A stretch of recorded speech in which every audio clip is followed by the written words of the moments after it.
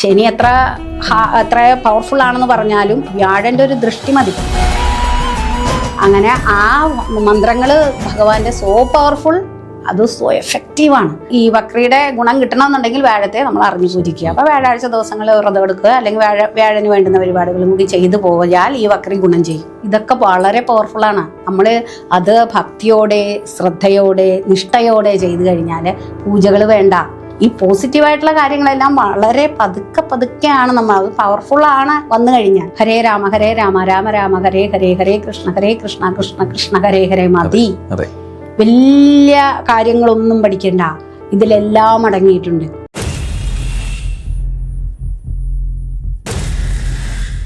ശനിയും റിട്രോഗ്രേഡും. ഈ ശനി ഈ വക്രഗതിയിൽ വരുന്ന സമയത്ത് പല രാശിക്കാർക്കും മാറ്റങ്ങൾ ഉണ്ടാവുമെന്ന് പറയുന്നുണ്ട്. അപ്പോൾ സ്വാഭാവികമായിട്ടും എല്ലാ ജ്യോതിഷന്മാരും ഒന്നടങ്കം ശനിയെ വാനോളം പേടിപ്പിക്കുകയും വാനോളം പുകഴ്ത്തുകയും ചെയ്യുന്ന സമയങ്ങളിൽ സാധാരണപ്പെട്ട ആൾക്കാർക്ക് ഏറ്റവും കൂടുതൽ പേടിയുള്ളതാണ് കണ്ടകശനി, ജന്മശനി, ഏഴാണ്ട് ശനി. അപ്പോൾ നമ്മളിത് ഒരുപാട് ജ്യോതിഷന്മാരോട് എടുത്തിട്ടുണ്ട്. അപ്പോൾ ഈ കഴിഞ്ഞ മാസം ശനി മാറിയിട്ടുണ്ട്. അപ്പോൾ ഈ ശനിയുടെ വക്രം എന്ന് പറയുന്നത് ഏതൊക്കെ രാശിക്കാർക്കാണ് നല്ല രീതിയിൽ ഫലം കിട്ടുന്നത് എന്ന് പറയാമോ? ശരിക്ക് ശനി ഇങ്ങനെ വക്രം എന്ന് പറയണത് സ്പീഡിൽ സഞ്ചരിക്കുമ്പോഴാണ്. അപ്പോൾ നമ്മൾ ബസ്സിൽ ഇങ്ങനെ മുന്നോട്ട് പോകുമ്പോൾ പുറകോട്ട് തിരിയുന്ന പോലെ, അപ്പം ഭൂമിയേക്കാൾ കൂടുതൽ ഇച്ചിരി സഞ്ചാരം പതുക്കെയാണ് സാധാരണ പുള്ളി സഞ്ചരിക്കാറ്.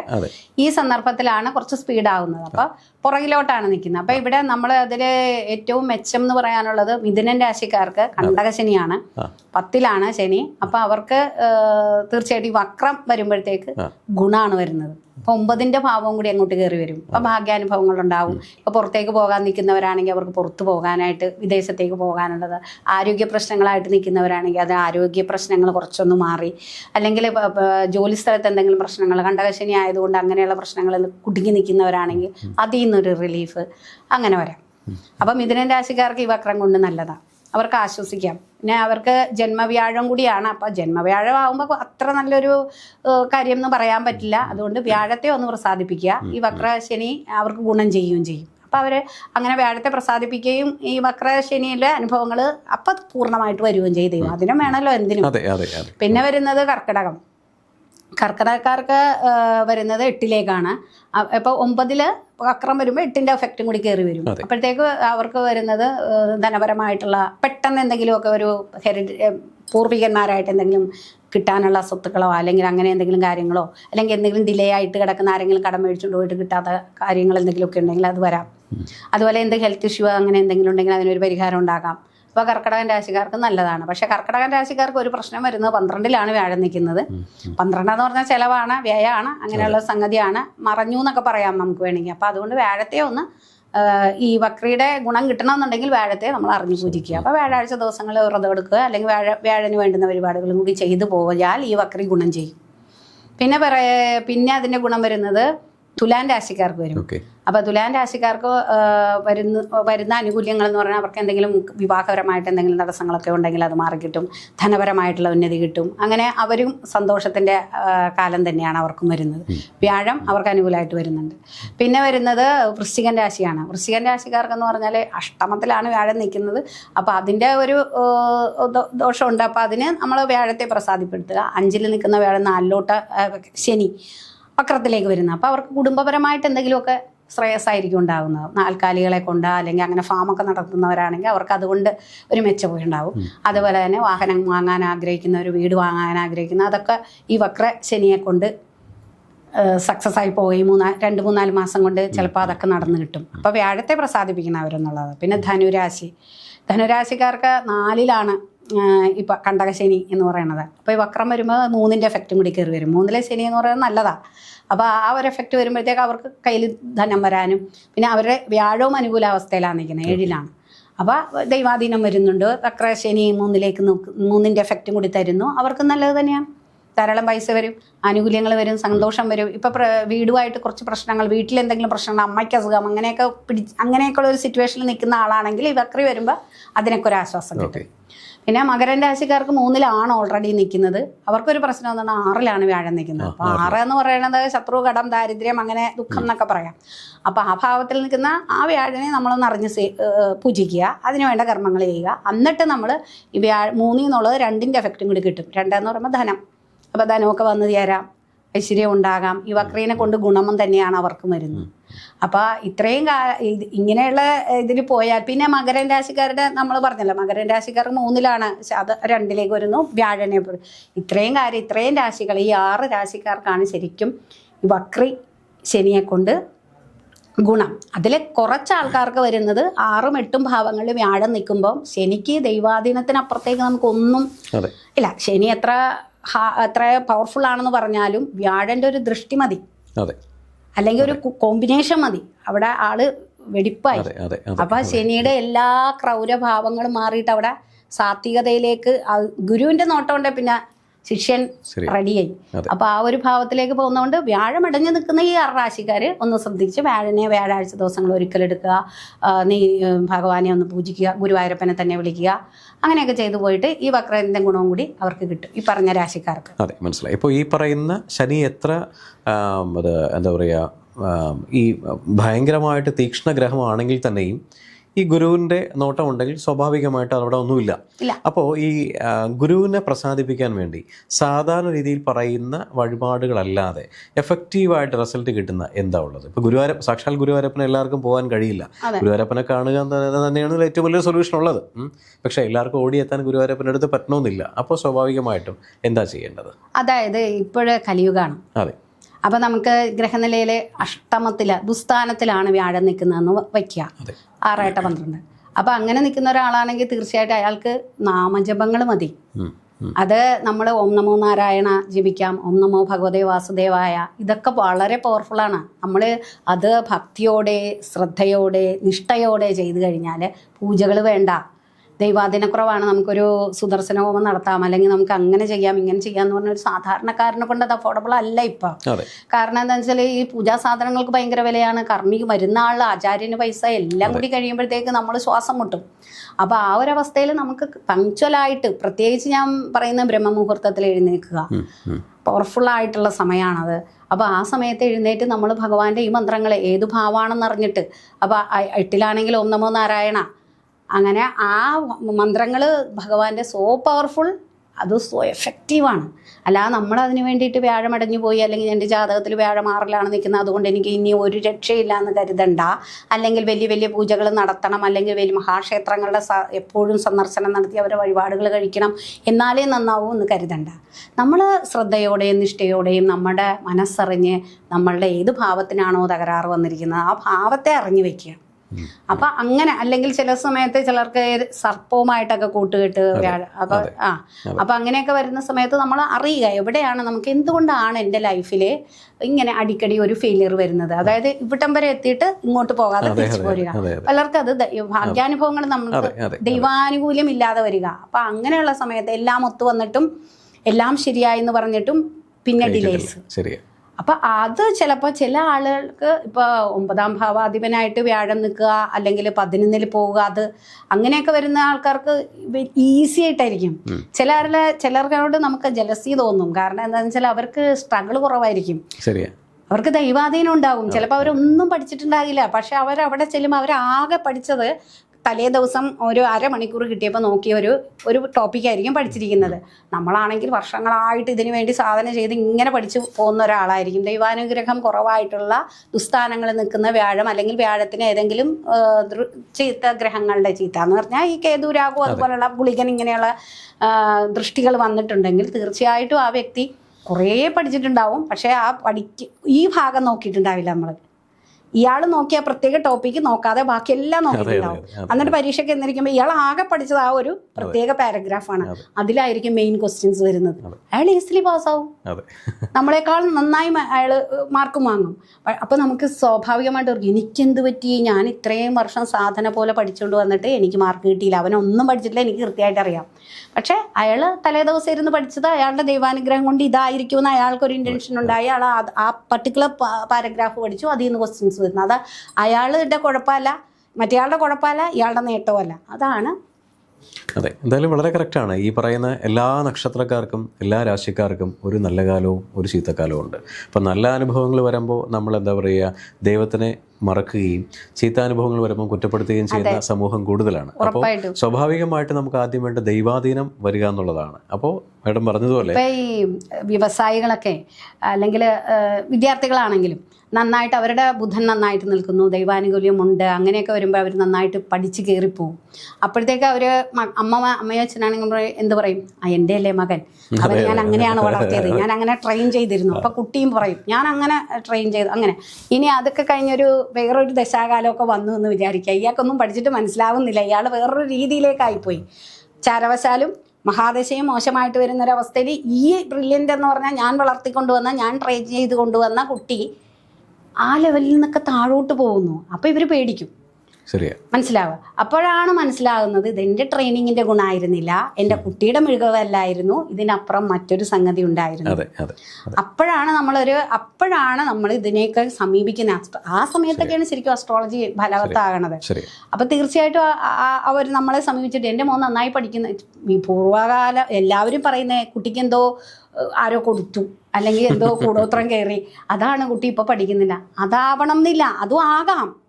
പക്ഷേ ഫുള്ള് 100% കൂടോത്രോ അല്ലെങ്കിൽ വേറെ ഒന്നും ആവണം എന്നില്ല. കുട്ടിക്ക് മോശം സമയമാണ്, വേറെ പട്ടണത്തിൻ്റെതല്ലാത്ത വേറെ, അല്ലെങ്കിൽ ചിലപ്പോൾ കുട്ടിയുടെ ഗ്രഹനിലയിൽ ബുധൻ മൗഢ്യത്തിൽ നിൽക്കുന്ന ആ ബുധൻ്റെ കാലമായിരിക്കാം. അങ്ങനെയൊക്കെ വരും. അല്ലെങ്കിൽ ചാരവശാൽ ദൈവാധീനം ഇല്ലാത്ത സമയമായിരിക്കാം. പല ഘടകങ്ങളാണ്. അപ്പം നന്നായിട്ട് പോയ ഒരാൾ പെട്ടെന്ന് അയാൾ എത്ര ശ്രമിച്ചിട്ടും കയറാൻ പറ്റാതെ വരുമ്പോൾ നമ്മൾ ഉടനെ വന്ന് അത് നോക്കുക, എന്താണ് പ്രശ്നം, അവിടെ എന്ത് ചെയ്താൽ അയാൾക്ക് വീണ്ടും. അപ്പോൾ ഒന്നും നമ്മുടേതായ മികവുകളല്ല, നമ്മൾക്ക് പരിശ്രമം മാത്രമേ ഉള്ളൂ.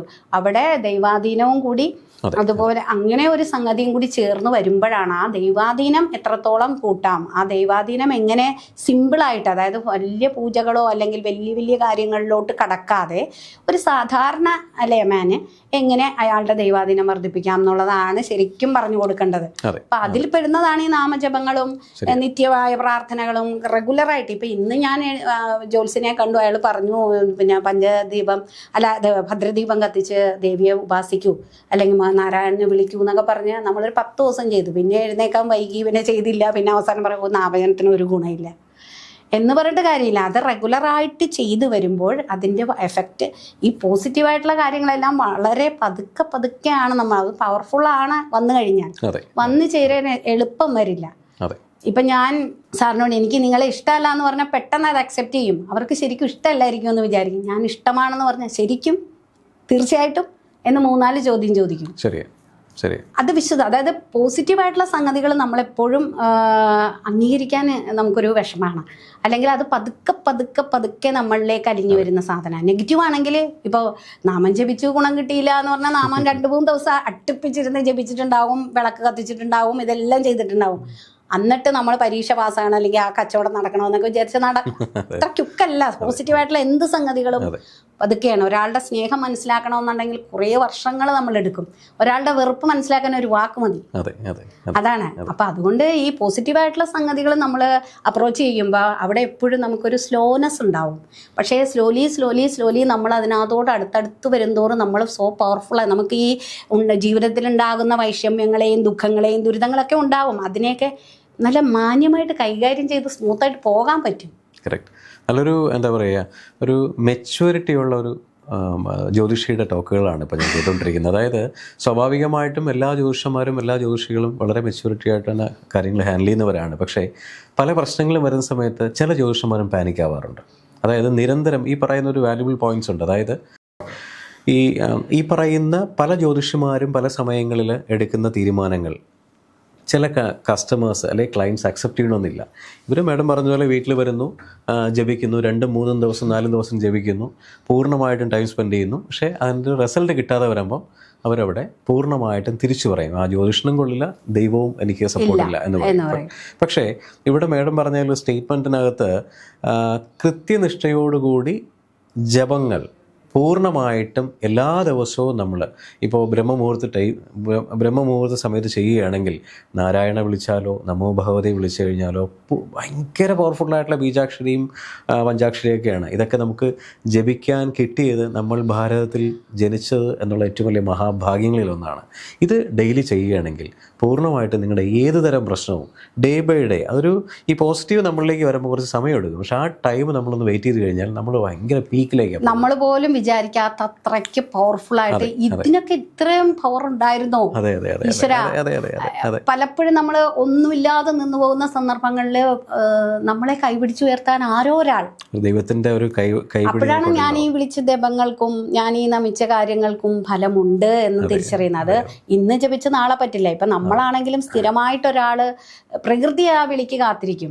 ഇപ്പൊ നമ്മളൊരു ദിവസം നമ്മൾ എന്തെങ്കിലും ഒരാളെ എക്സ്പെക്ട് ചെയ്യാണ്, ഭർത്താവ് 6 മണിക്ക് വരുന്ന ഒരാളാണെങ്കിൽ തീർച്ചയായിട്ടും ആ 6 മണിക്കത് നമ്മൾ ആ ഭർത്താവിനെ വെയിറ്റ് ചെയ്യും. 6, 6:30, 7 പിന്നെ അയാള് താളം തെറ്റി വരുന്ന ഒരാളാണെങ്കിൽ ഒരു രക്ഷയില്ല, നമ്മുടെ എക്സ്പെക്ടേഷൻ എപ്പോഴെങ്കിലും വന്നോളും, ആ ലെവലിലോട്ട് പോകും. അതേപോലെ തന്നെയാണ് നമ്മളുടെ മന്ത്രജപങ്ങൾ പങ്ക്ച്വലായി പോകുമ്പോൾ പ്രകൃതി അതിന് കാതോർക്കും. അങ്ങനെ നിരന്തരമായ ഒരു സ്പന്ദനം അവിടെ വരുമ്പോൾ പ്രകൃതിയിൽ നിന്നുള്ള പോസിറ്റീവ് എനർജി ആ വ്യക്തിയിലേക്ക് നിരന്തരം കണ്ടിന്യൂസ് വരുമ്പോൾ അവിടെ ഒരു ഓറ ക്രിയേറ്റ് ചെയ്യുകയാണ്. അയാളുടെ ഓറ ശക്തമാകുകയാണ് ചെയ്യുന്നത് പോസിറ്റീവായിട്ട്.